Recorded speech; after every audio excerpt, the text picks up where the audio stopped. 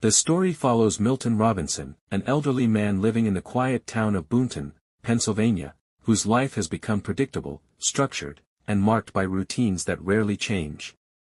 Milton is the kind of man who attends town council meetings to suggest minor adjustments to public signage, repeats the same daily walks, and lives in a house that holds memories of a lifelong past. Age has begun to affect him in ways that worry those around him. He sometimes forgets what he has already said, repeats himself, or struggles to recall small details, but he remains determined to live independently. The people in his town see him as harmless but eccentric, the sort of old man whose quirks are tolerated more than understood. Everything changes one evening when Milton notices something unusual, a loud bang above his house and a flash in the sky.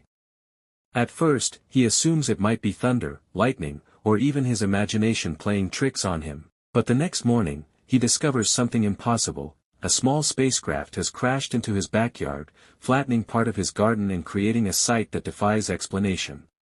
Inside the craft is a small, quiet, humanoid alien he later calls Jules. The alien is motionless at first, injured from the crash, and shows no signs of hostility. Faced with something he never expected to see in his quiet, lonely life, Milton reacts in a calm, almost matter-of-fact way, as though dealing with an extraterrestrial visitor is simply another inconvenience similar to the imperfect street signs he complains about at the town council meetings. Recognizing that the alien needs help, Milton brings it into his home and tries to communicate, though the creature is almost entirely silent. Jules does not speak but expresses itself through small gestures, subtle body language, and a stillness that seems both peaceful and mysterious. It understands English but communicates without words. Milton gives it food, blankets, a safe space to rest, and eventually, a name. The name Jules comes from a misremembered moment and sticks mostly because Milton finds comfort in naming things. Where many people might panic, Milton approaches the situation with a gentle curiosity that reflects his loneliness. Caring for Jules gives Milton a renewed sense of purpose. Before long, the presence of the alien begins to affect Milton's routines. For the first time in years, he has someone, or something, at home that relies on him. He buys groceries with Jules in mind, prepares meals for two, and even begins to talk to Jules about his personal life, including memories of his late wife and his estranged daughter, Denise, with whom communication has become strained. Jules listens quietly, absorbing everything without judgment. The alien's silence becomes a kind of companionship Milton did not realize he needed. However, Milton's quiet home is not as private as he believes. Two other elderly townspeople, Joyce and Sandy, become entangled in the secret after visiting his home at different times and encountering Jules. Both women have their own emotional burdens and loneliness. Joyce is outspoken, lively, and desperate for connection, while Sandy, more anxious and cautious, worries constantly about the repercussions of even small decisions. At first, they react with shock or fear at the sight of the alien, but Jules's calm, harmless presence gradually disarms them. Soon, what began as Milton's private discovery becomes a shared secret and source of bonding for the three aging individuals. The trio begins spending time together in Milton's living room, sitting with Jules, talking, and sharing memories from their lives. Jules listens attentively, offering quiet support. The alien even helps them in small ways, fixing things around the house, assisting in mundane tasks, and offering a reassuring, wordless presence during emotional moments. For these lonely older adults, each dealing with grief, forgotten dreams, physical decline, and the invisible feeling that society has moved on without them, Jules becomes both a friend and a catalyst for healing. At the same time, Milton's behavior starts drawing attention around town.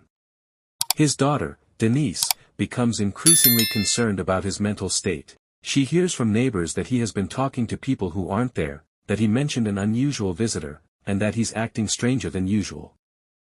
Denise believes he may be declining cognitively, perhaps experiencing memory loss or confusion that is escalating.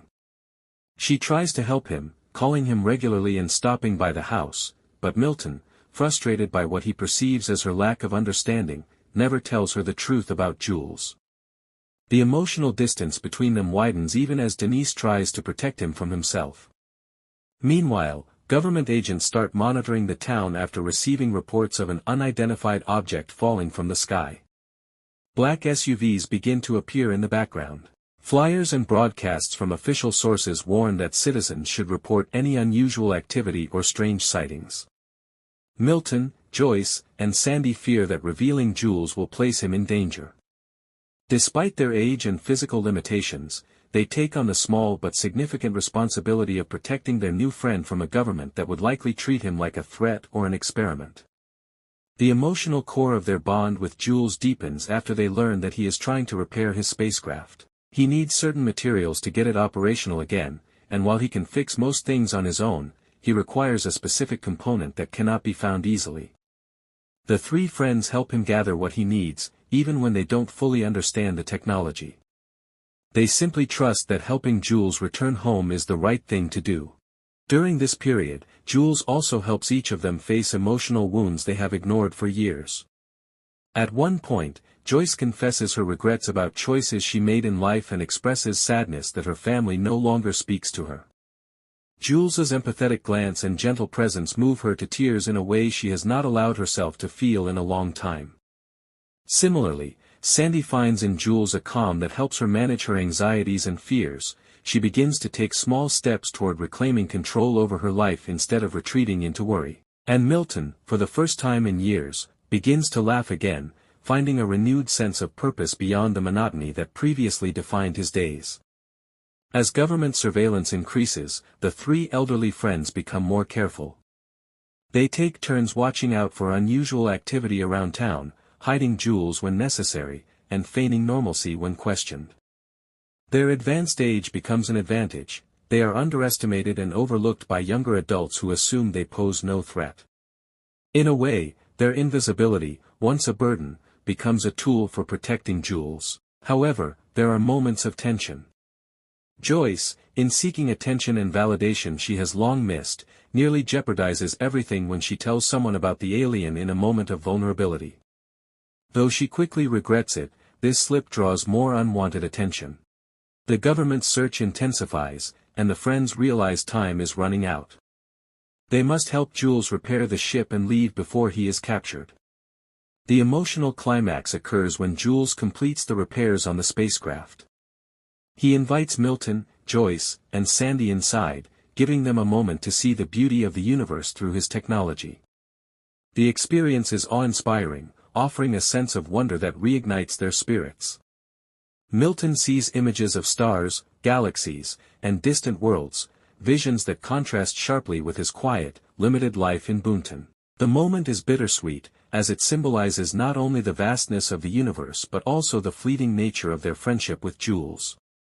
As the ship prepares for departure, government agents close in. The elderly trio must distract them long enough for Jules to escape. Despite their physical limitations, they refuse to let fear stop them. They create chaos around the yard, deliberate enough to confuse the agents but subtle enough to avoid direct confrontation. Their teamwork, though shaky, proves effective. Jules safely boards the repaired ship, and the three friends watch as it rises into the sky, disappearing into the night. After Jules leaves, the government dismisses the elderly witnesses as confused or mentally unstable. Milton, Joyce, and Sandy understand that they can never speak openly about what happened. But the experience profoundly changes them. Their friendship, once based on loneliness, becomes genuine and strong.